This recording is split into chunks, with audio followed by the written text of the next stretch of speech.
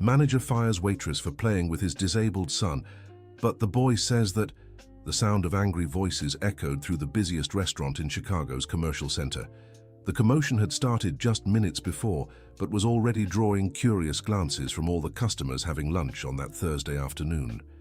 Emily Johnson held her belongings with trembling hands as she listened to the harsh words of Richard Wilson, the manager of the establishment. She had been caught playing with his son, making the 4-year-old boy fly like a little airplane, and now she was being fired in front of everyone. "You're fired," Richard shouted, pointing his finger at the 23-year-old. "I won't allow anyone to use my son to get something." Little Ethan, who moments earlier had been laughing at the game with Flying Auntie, as he called Emily, was now crying desperately on the floor. The boy, diagnosed with severe autism, thrashed from side to side, screaming the same word over and over. "Flying Auntie! Flying Auntie! Flying Auntie!" Emily felt her heart break seeing the child's distress. She knew exactly what Ethan was feeling at that moment.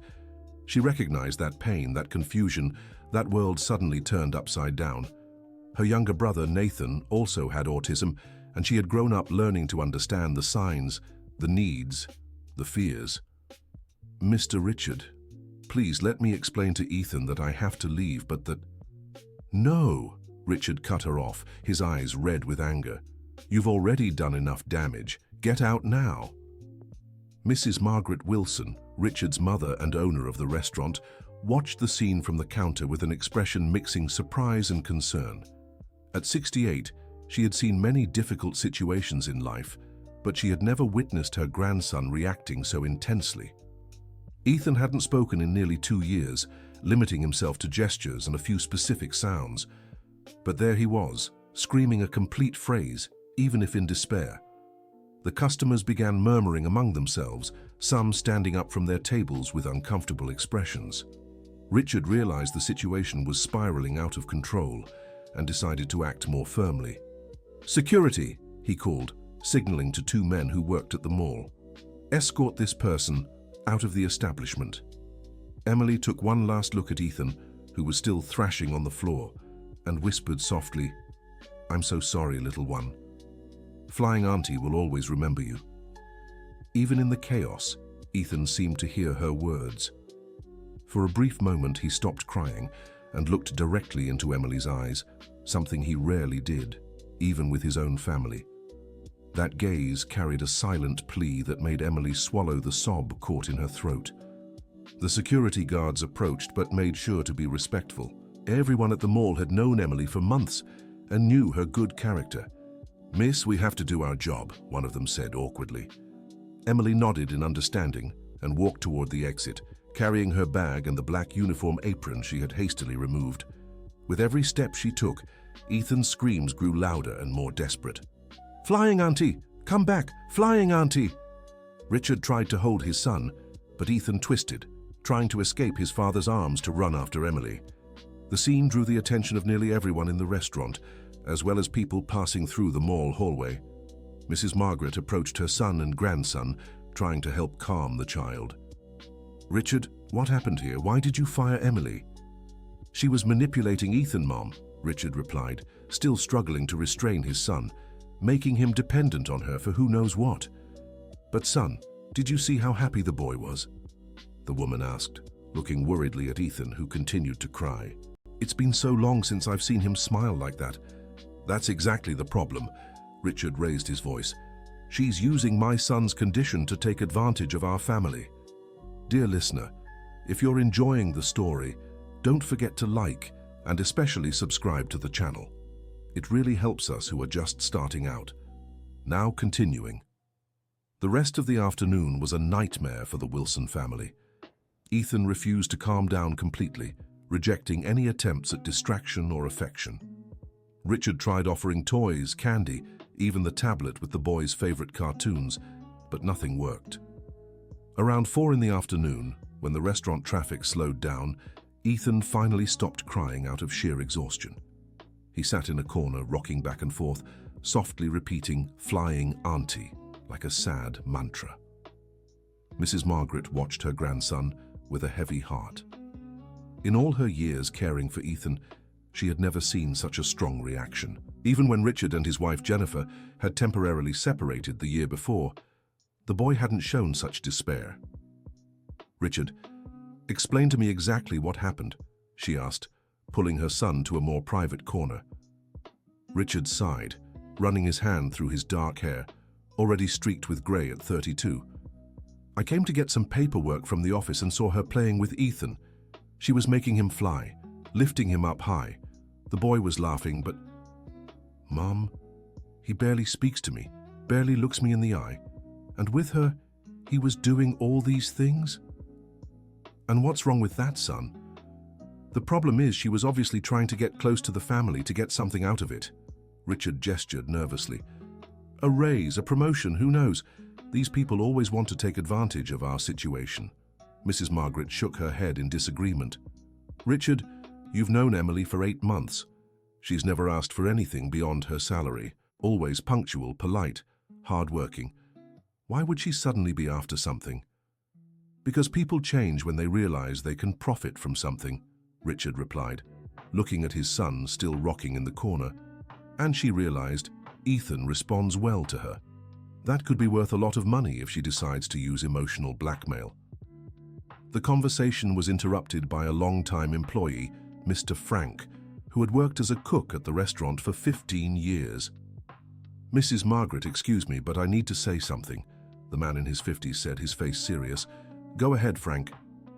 "It's about Emily and Ethan. I've seen them playing together for months whenever the boy came here. She never asked for anything in return, never mentioned it to gain favor. In fact, she'd come on her breaks to watch him for free, so you all could eat in peace." Richard felt discomfort growing in his chest but held his ground. "That doesn't change the fact that she created an emotional dependency in my son. Look at the state he's in." "But Mr. Richard," Frank continued respectfully, "the girl has a brother with the same condition as Ethan. She understands these things. Always told me how important it was to have patience and kindness with special people." That information hit Richard like a punch to the gut. He hadn't known about Emily's brother. In the 8 months she'd worked there, their conversations had always been strictly professional. Richard made a point of keeping his distance from employees to avoid any familiarity that could be misinterpreted. Mrs. Margaret noticed the change in her son's expression. "You didn't know that, did you?" Richard shook his head no, feeling for the first time a twinge of doubt about his decision. At that moment, Ethan got up from the corner where he was sitting and staggered over to the window facing the mall. He stood there motionless, hands pressed against the glass, staring intently at the spot where Emily had disappeared.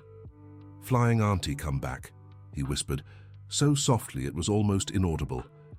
They were the first words he had spoken since the outburst. Mrs. Margaret and Richard exchanged glances, realizing the situation was far more complicated than they had imagined. Across town, Emily arrived home with red eyes and a heavy heart. She lived in a small apartment in Uptown with her mother, Mrs. Grace, and her 17-year-old brother, Nathan. "Emily, what happened, sweetheart?" Mrs. Grace asked when she saw her daughter's state. Emily recounted everything, from playing with Ethan to the humiliating dismissal. Mrs. Grace, a 55-year-old seamstress, listened in silence, shaking her head indignantly. "That man understands nothing about his own son's needs," she said, hugging Emily. "Tayu did the right thing playing with that boy." Nathan, who had autism like Ethan but was more functional, also approached his sister. Over the years, he had learned to express himself better, largely thanks to Emily's tireless efforts to help him. "Emily sad?" he asked in his direct way of communicating. "A little, Nathan. But it'll pass," Emily tried to smile to reassure him. "Boy from Emily's work sad too." Nathan's question made Emily realize that yes, Ethan was probably suffering deeply right then. She had built a routine with him, a special way of communicating that worked, and now it had been brutally cut short. "Probably, sweetheart." Emily helped boy. "I can't anymore, Nathan. His daddy doesn't want me near him." Nathan grew thoughtful, processing the information. His daddy doesn't understand, like Emily's daddy when Emily was little. Nathan's observation struck a chord in Emily. She remembered all too well how her own father had reacted when they learned Nathan had autism. He had left the family when Nathan was just 3, saying he couldn't handle a problem child. Mrs. Grace also recalled those difficult times and hugged both her children. "You two are stronger than any prejudice," she said, kissing their heads. "And if that manager can't see the gift God placed right in front of him through you, Emily, that's his problem." Meanwhile, at the restaurant, the evening was proving particularly hard for the Wilson family. Ethan had refused dinner and remained by the window waiting for Emily to return. Richard had tried several times to pull him away, but the boy only grew more agitated. Around 8 o'clock, Jennifer Wilson arrived from her trip. She had spent a week in Boston for work and knew nothing about what had happened. Jennifer was a 30-year-old lawyer and, despite marital struggles, had always been devoted to her son. "Hi, love," Richard greeted her, trying to hide his exhaustion. "How was the trip?" "It was good. I closed the deal. Where's Ethan?" Richard pointed to the window where the boy kept his silent vigil. "He's been off today, stood there all day." Jennifer approached her son and immediately sensed something was wrong. Ethan usually at least waved when she came home, but this time he didn't even glance her way. "Ethan, Mommy's here," she said, gently touching his shoulder. "Flying auntie," Ethan murmured, eyes still fixed on the window. Jennifer looked at Richard, confused. "Flying auntie? What aunt? What's he talking about?" Richard sighed, knowing he'd have to explain the whole story. When she finished recounting the day's events, Jennifer was visibly upset. "You did what?" She raised her voice, causing some employees to glance in their direction. "Jen, let's talk at home. This isn't the place," Richard replied. "No, Richard. You fired an employee for playing with our son? An employee who got him to respond in ways even the therapists couldn't? She was manipulating the situation." "Manipulating how?" Jennifer gestured nervously. "By making our son happy, by helping him express himself. Did you see how many words he said today?" Richard felt attacked from all sides, first his mother, then the employee, now his wife. Everyone seemed against him, but he stood by his conviction that he'd made the right decision. "You don't understand," he said, trying to stay calm. "I'm protecting my son. People like her always want something in return." "People like her?" Jennifer repeated, eyes blazing with indignation. "What kind of person are you talking about, Richard?" "A hard-working young woman who connected with our son." The argument was interrupted by Mrs. Margaret Wilson, who approached them. "Jennifer, dear, welcome back. Richard, we need to talk. Both of you." She told Jennifer what Frank had revealed, about Emily's brother and how she'd been caring for Ethan for months without asking for anything. Jennifer fell silent for a few seconds, processing everything. "Richard, did you know these details before firing her?" "No, but it doesn't change." "It changes everything," Jennifer cut in. "You fired someone who understands our son's condition, who has personal experience with autism, who was helping him for free." "I was protecting our family." "You were protecting your pride," Jennifer shot back, stepping closer. "You can't stand that someone could do for Ethan what you couldn't." The accusation hit Richard hard because it held a truth he didn't want to admit. Since Ethan's diagnosis, Richard had felt powerless, frustrated by his inability to connect with his son the way he wanted. Seeing Emily succeed so effortlessly had stirred up jealousy and insecurity. Dear listener, if you're enjoying the story, don't forget to like and subscribe. It helps us newcomers a lot. Now back to the story. The next morning, Emily woke up determined to find a new job as soon as possible. Her family depended on her income, and unemployment wasn't an option. She got ready and left early to drop off resumes at other restaurants and shops in downtown Chicago. At the first place she visited, a diner in the French Quarter, the owner was friendly, but said they had no openings. The same thing happened at a cafe in the Gold Coast. Emily began feeling discouraged, but kept trying. Around noon, she passed the mall where the Wilson family's restaurant was located. She hadn't planned to go in, but through the window she saw Ethan again, in the same spot, staring outside. Her heart clenched. She stood across the street, watching him. Even from a distance, she could tell he looked listless, without the energy he usually showed. "Poor child," she murmured. An older woman walking by followed Emily's gaze and noticed Ethan in the window. "That boy's been there for 2 days," she remarked. "My daughter works at a store nearby and says he spends all day looking outside, waiting for someone." Emily felt a pang of guilt. She knew Ethan was waiting for her, but there was nothing she could do. Richard had made it clear he didn't want to see her near his son. She decided to keep looking for a job, but she couldn't get Ethan's image out of her head. At the restaurant, the situation was becoming unbearable. Ethan had refused to eat breakfast and kept his vigil by the window. Richard had tried talking to him several times, but the boy simply wouldn't respond. Around 2 in the afternoon, Ethan had a meltdown. He started banging his head against the window and screaming desperately. Richard and Mrs. Margaret rushed to hold him, but the boy was inconsolable. "Flying Auntie! Flying Auntie! I want Flying Auntie!" The restaurant customers were visibly uncomfortable with the situation. Some got up from their tables and left without finishing their meals.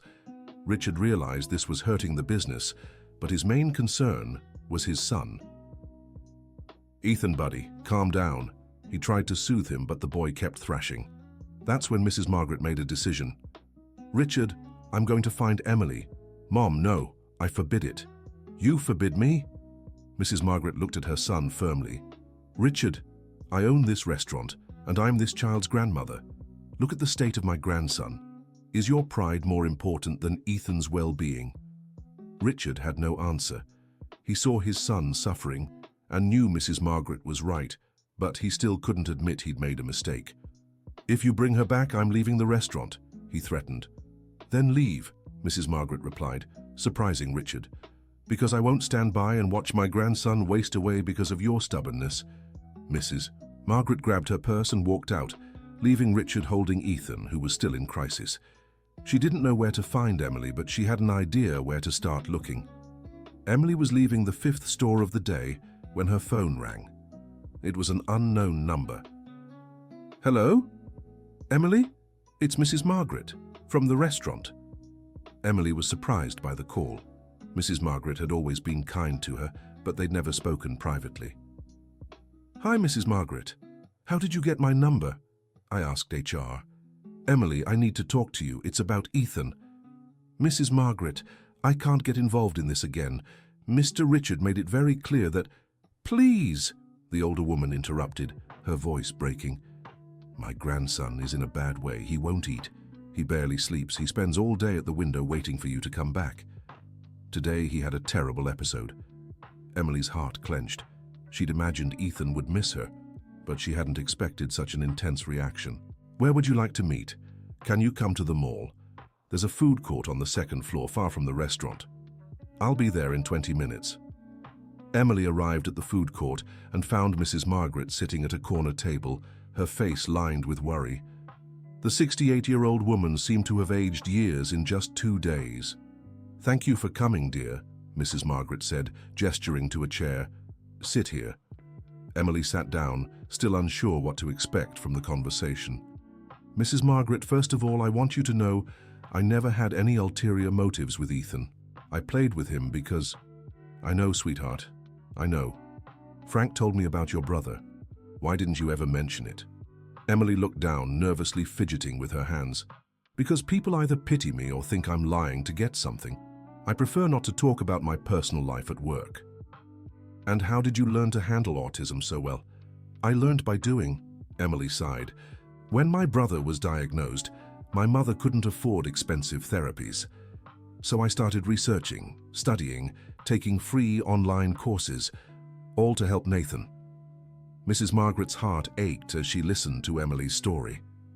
It was clear the young woman had real experience and genuine love for special needs children. "Emily, I need your help. Ethan is regressing so quickly. In just 2 days, he's lost months of progress. Today, he had such a severe episode, I was afraid he'd hurt himself." "But Mrs. Wilson, Richard was very clear. He doesn't want me near Ethan." "My son is wrong," Mrs. Wilson admitted with difficulty. "He's letting pride speak louder than love for his own child. I raised that boy for 32 years and never seen him so blind to a situation." Emily stayed silent, reflecting on the older woman's words. She truly cared about Ethan and knew she could help him, but didn't want to create more family conflict. "What would you like me to do?" "I don't know," Mrs. Wilson confessed. "I just know my grandson is suffering, and you're the only person who's connected with him these past months."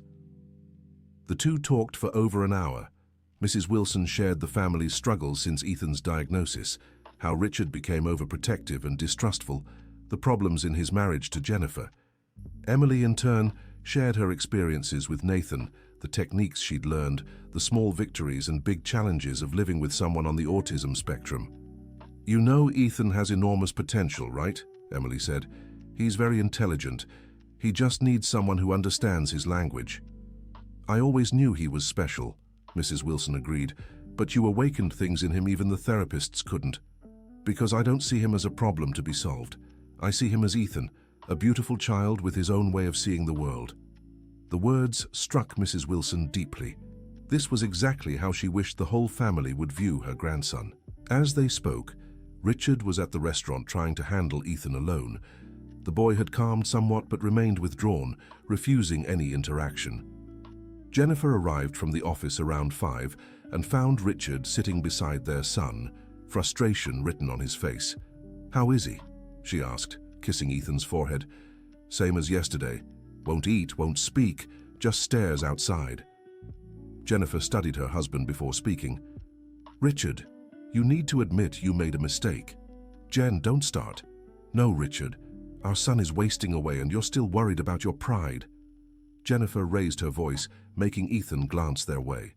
"Look at him. When was the last time you saw Ethan as happy as he was with Emily?" Richard didn't answer because he knew Jennifer was right. In the 8 months Emily worked there, Ethan had rarely shown such joy and spontaneity as when playing with her.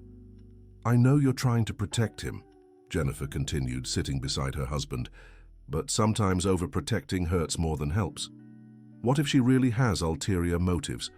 Richard, she worked here 8 months. 8 months. If she wanted something from our family, don't you think she'd have tried by now?" Richard stayed silent, knowing Jennifer's logic made sense but still reluctant to admit his mistake. Just then, Mrs. Wilson returned to the restaurant. Richard could tell by his mother's expression she'd met with Emily. "I spoke with her," Mrs. Wilson said, approaching the family. "Mom, I said—" "Richard, hush and listen," Mrs. Wilson interrupted in a tone she hadn't used in years. "That girl has no ulterior motives. She's cared for an autistic brother for 14 years.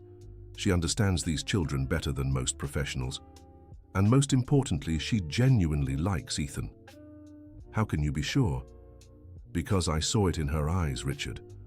A mother recognizes true love when she sees it. And that girl loves my grandson as if he were family." Jennifer was moved by Mrs. Margaret Wilson's words. What did she say about the situation? That she only wants what's best for Ethan, that she understands Richard's concern, but also knows she can help the child if given a chance. "And what did you agree on?" Richard asked, already somewhat resigned. "Nothing yet. She doesn't want to cause more trouble for the family. But Richard, I beg you, as your mother, and as Ethan's grandmother, give her a chance to explain how she can help our boy." Richard looked at his son, who was still staring out the window with an empty expression. For the first time in 2 days, he truly allowed himself to imagine what it would be like if he had made a different decision. "Would she be willing to talk to me?"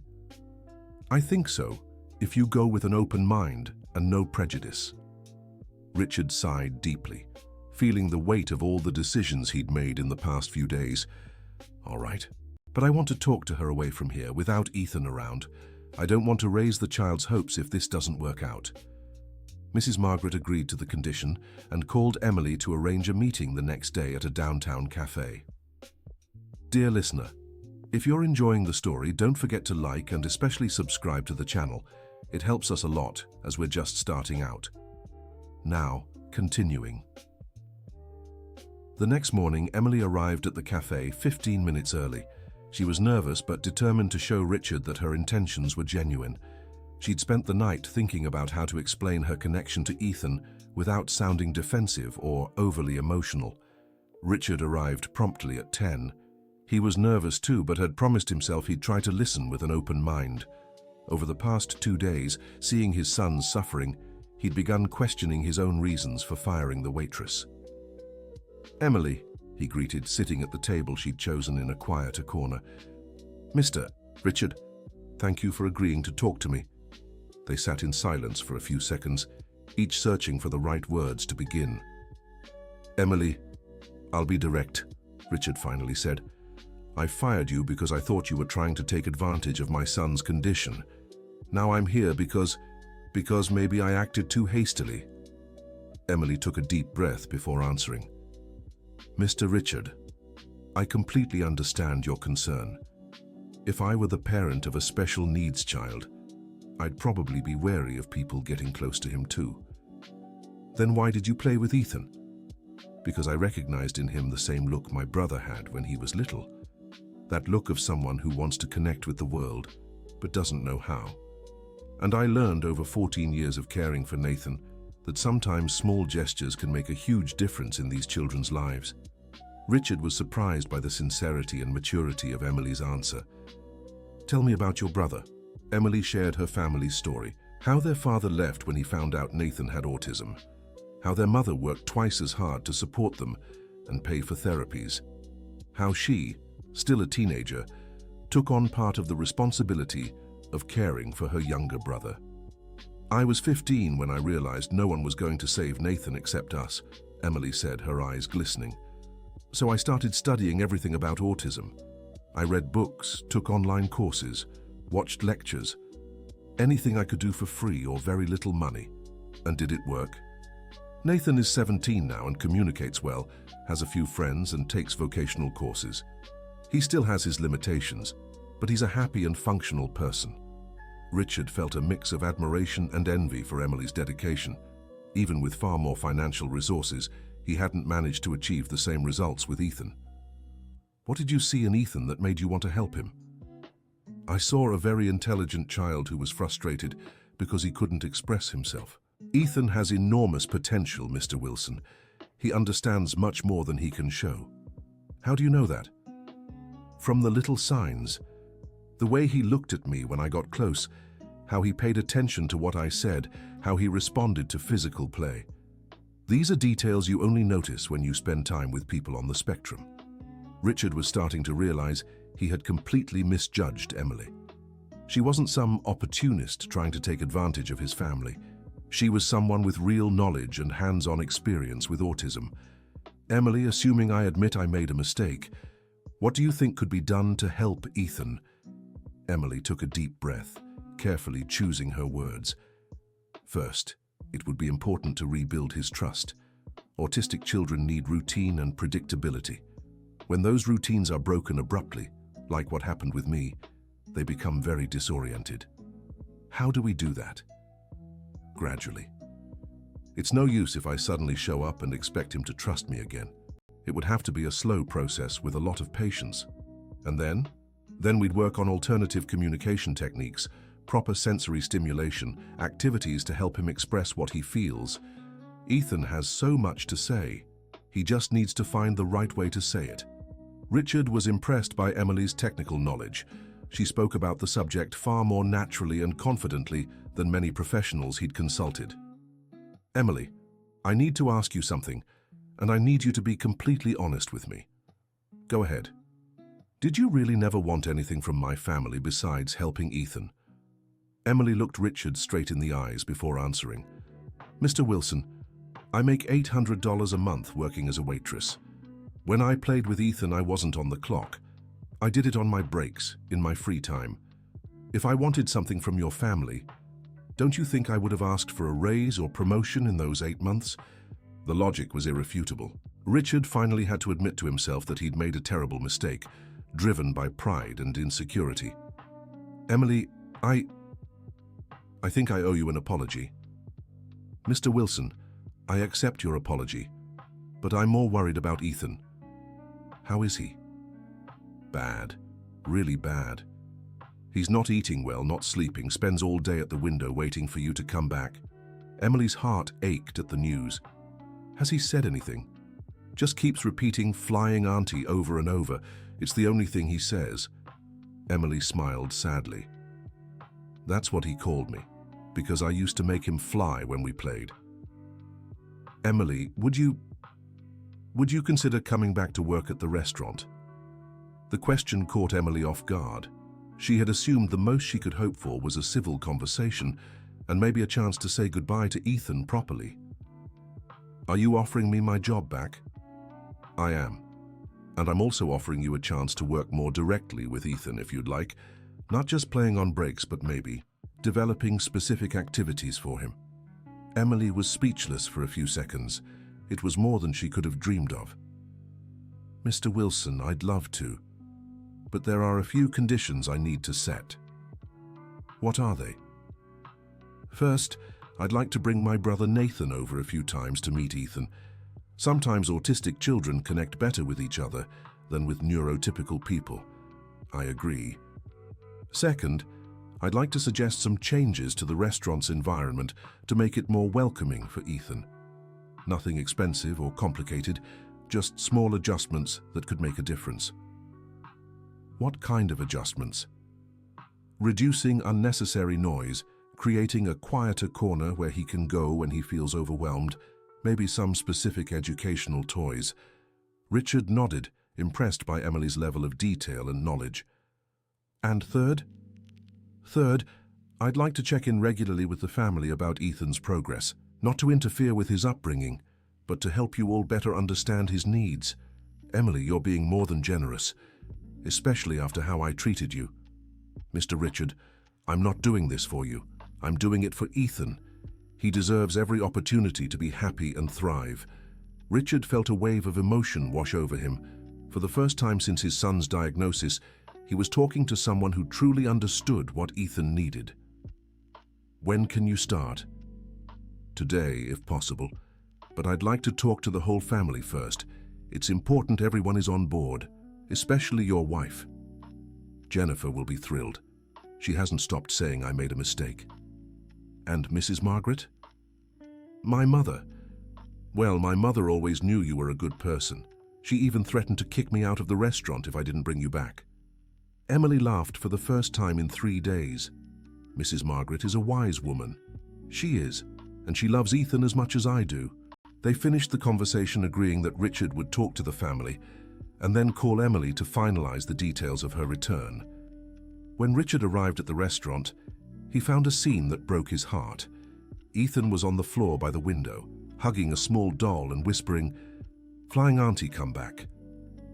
Jennifer was beside him, trying to comfort him, but it was clear she was emotionally drained too. "How did the talk go?" she asked, hope in her eyes. "I made the biggest mistake of my life," Richard admitted, kneeling beside his son. "Emily, she's amazing, Jen. She really understands Ethan. Did you offer her the job back?" "I did. And she accepted. But there's more. She wants to help Ethan in a more specific way, not just as a waitress." Jennifer felt tears of relief roll down her face. "When is she coming back?" "Today, if we want. But she'd like to talk to the whole family first." Mrs. Margaret, who had been listening from a distance, approached the three of them. "Richard, my son, you've finally opened your eyes. Mom, I owe you an apology too. You tried to warn me and I wouldn't listen. What matters is that now we can help Ethan the right way." Richard picked up the phone and called Emily. "Emily? We're all here. The whole family wants you back. Can you come today?" "I can. But, Mr. Richard, I'd like to ask one thing. Could I bring my brother along? I think it would be good for Ethan to see he's not the only special child in the world." Richard looked at Jennifer and Mrs. Margaret, who nodded in agreement. "Of course. Bring your brother. We'll be waiting." An hour later, Emily arrived at the restaurant with Nathan. The 17-year-old was visibly nervous but curious to meet Ethan. The Wilson family was all gathered at the restaurant's entrance. When Ethan saw Emily approaching, he stopped rocking and stared at her, as if he couldn't believe his eyes. "Hi, Ethan," Emily said, kneeling to meet the boy at eye level. "Flying Auntie is back." Ethan stood still for a few seconds, processing the information. Then, slowly, he got up and walked toward Emily. "Flying Auntie," he said, gently touching her face. "Yes, sweetheart. Flying Auntie is back and isn't leaving anymore."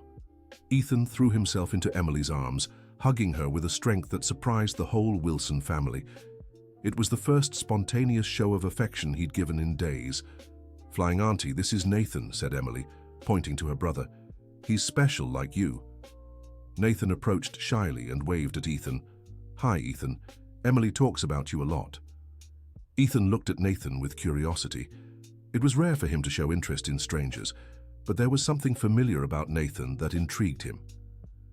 "Do you like airplanes?" Nathan asked, pulling a small toy plane from his backpack. Ethan's eyes lit up and he nodded yes. "Want to play with me?" To everyone's surprise, Ethan took Nathan's hand, and the two headed to a quieter corner of the restaurant. Richard, Jennifer, and Mrs. Margaret Wilson watched the scene with emotion. "How did they connect so quickly?" Jennifer asked. "Children on the autism spectrum have a special way of recognizing each other," Emily explained. "They sense they're not alone in the world." For the rest of the afternoon, Emily showed the family some simple techniques they could use with Ethan. She taught them how to recognize when he was overwhelmed, how to use visual cues to ease communication, and how to create routines that would make him feel secure. "The most important thing," Emily said, "is to understand that Ethan isn't broken and doesn't need fixing. He just needs the right tools to express himself and develop at his own pace." Richard listened carefully, finally realizing he'd spent months trying to force his son to adapt to the world, when he should have been helping the world adapt to his son. Around 6 in the evening, as the restaurant slowed down, the whole family gathered for dinner. For the first time in days, Ethan ate willingly, seated between Emily and Nathan. "Flying Auntie stays?"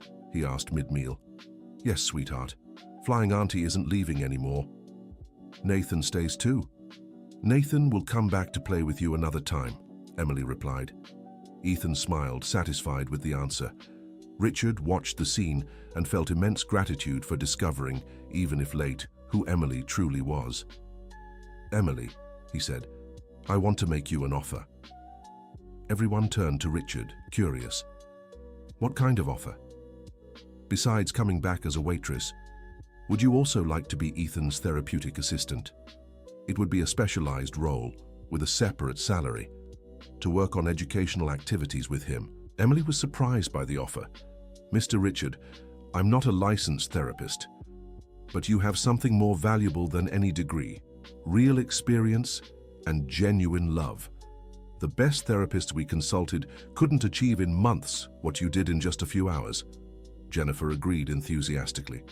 "Emily, you saved our son. If you accept, we could even help you get officially certified in the field if you'd like." Emily looked at Nathan, who was playing peacefully with Ethan, and felt this was a golden opportunity, not just for her, but to help other families going through the same thing. "I accept," she said, moved, "but on one condition." "What?" "That we create a space here to welcome other special needs children and their families. A place where they can feel understood and supported." Mrs. Margaret clapped, loving the idea. "Perfect. We can set aside part of the restaurant just for that. And we can host special events, workshops for parents, support groups," Jennifer added, already imagining the possibilities. Richard looked at all the women in his life, enthusiastically planning the future, and realized he had nearly destroyed everything because of his own pride and prejudice. "Emily, I want to apologize to you again. This time in front of Ethan. I want my son to know his father made a mistake but recognized it and made it right." Emily was moved by Richard's gesture. "Ethan," Richard called, kneeling beside his son. "Daddy did something wrong to Flying Auntie. Daddy sent her away and made you sad. Daddy is sorry to you and to Flying Auntie." Ethan looked at his father with a serious expression, processing the words. "Daddy won't send Flying Auntie away anymore," he asked. "Never again, son. Flying Auntie will always stay with us.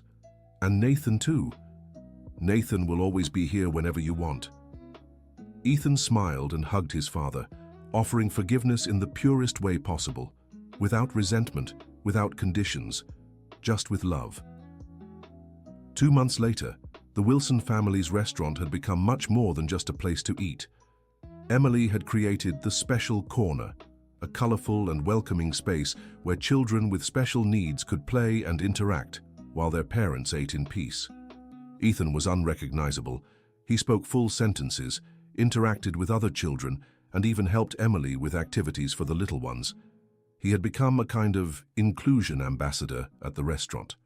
Nathan also became a constant presence, helping Emily and serving as an example to other families that autistic children could live full and happy lives.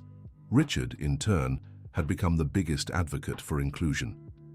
He made sure to tell everyone he met how he had almost missed the chance to see his son flourish because of his own prejudices. "Emily," he said one afternoon, watching her organize a painting activity for 5 special children, "you saved my family."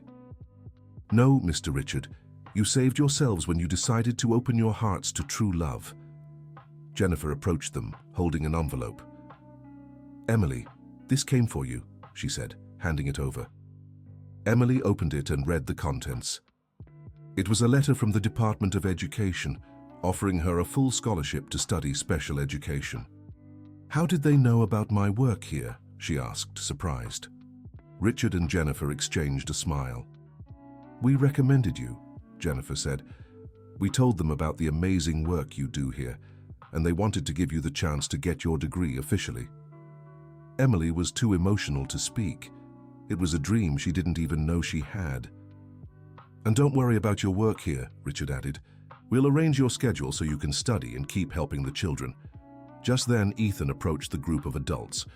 "Flying Auntie happy?" he asked, noticing the tears in Emily's eyes. "Very happy, sweetheart. Flying Auntie is very happy."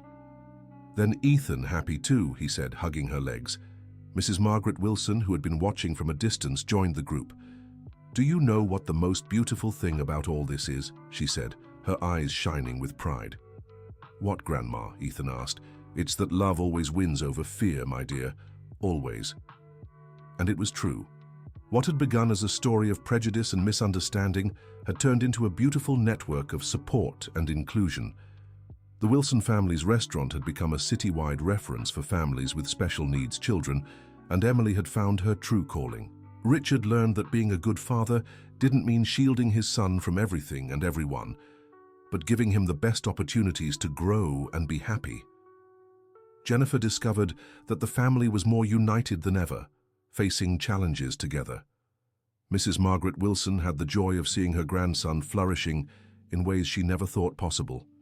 Nathan gained a new friend and became a living example that people with autism can contribute meaningfully to society. And Ethan learned that the world was full of people who loved him exactly as he was. But the biggest transformation happened in Emily's heart. The young woman who began this story, simply trying to bring a little joy to a special child, ended up realizing she had not only changed Ethan's life, but also her own in ways she never imagined. 6 months after the dismissal that nearly destroyed everything, Emily was officially registered as the restaurant's therapeutic assistant, enrolled in a full scholarship for special education, and coordinating a project that had already served over 50 families. The special corner had become so well known that the city's Department of Education asked Emily to give talks on inclusion at other local businesses. The Wilson family's restaurant was now an example of how small actions could transform lives, and it had all started with a simple game of making a child fly. "Flying Auntie," Ethan called out one sunny afternoon as he played with other children in the special corner. "Hi, sweetheart. What is it?" "Ethan wants to fly again," Emily smiled, stretching out her arms. "Then let's fly, little aviator." She lifted Ethan high, making him fly around the restaurant as he laughed gleefully. Other children asked to fly too, and soon Emily was surrounded by little aviators, eager to experience the feeling of freedom that only true love can provide. Richard watched the scene from the counter, with Jennifer by his side and Mrs. Margaret Wilson organizing some papers. "Do you regret anything, honey?" Jennifer asked. "I regret almost losing all of this because of my stubbornness," Richard replied, "but I'm also grateful for learning that love is stronger than any prejudice." "And Ethan?" Richard looked at his son, who was now running around the special corner, helping Emily organize the other children for a drawing activity. "Ethan is exactly where he was always meant to be, loved and accepted just as he is." Mrs. Margaret Wilson approached them, carrying a folder of photos. "Look at this," she said, showing the pictures. "These are all the children who have come through here in the last 6 months." There were dozens of photos of smiling children playing and interacting, kids who once felt isolated and misunderstood, but now had a place where they could be themselves without judgment. "Emily did something none of us thought possible," Mrs. Margaret said. "She turned our restaurant into a place of healing and hope. And she transformed our family too, Jennifer added. Just then, Emily walked over to the group of adults holding Ethan in her arms. Family, Ethan said, pointing at all of them. That's right, sweetheart, Emily agreed. We're all one big family. Richard felt his eyes grow moist. That word, family, had taken on a much broader and more beautiful meaning than he ever imagined. It wasn't just about blood ties, but about love, acceptance, and mutual care. Emily, he said, I have a question for you. Go ahead, Mr. Richard. Do you consider yourself part of this family? Emily looked at all the people who had become so important in her life. Richard, who had learned to overcome his own prejudices. Jennifer, who supported her in every project. Mrs. Margaret, who had become like a second mother. And most of all, Ethan, who had changed her life in ways she could never have imagined. Yes, she answered, her voice thick with emotion. I do consider myself part of this family. So now it's official, said Mrs. Margaret Wilson, hugging Emily. You're part of the Wilson family. Ethan clapped his hands, happy with the decision. Flying Auntie stays forever. Forever, sweetheart, Emily promised. And so, a story that began with a misunderstanding and nearly ended in tragedy became a beautiful lesson in acceptance, forgiveness, and unconditional love. The Wilson family's restaurant continued to thrive, not just as a business, but as a beacon of hope for families who needed support and understanding. Emily earned her degree in special education and became one of the city's leading voices on inclusion. Nathan developed his social skills and landed a job at a company that valued diversity. Richard learned that being a protective father didn't mean sheltering his son, but giving him every opportunity to grow. Jennifer discovered a new passion working with Emily on inclusion policies.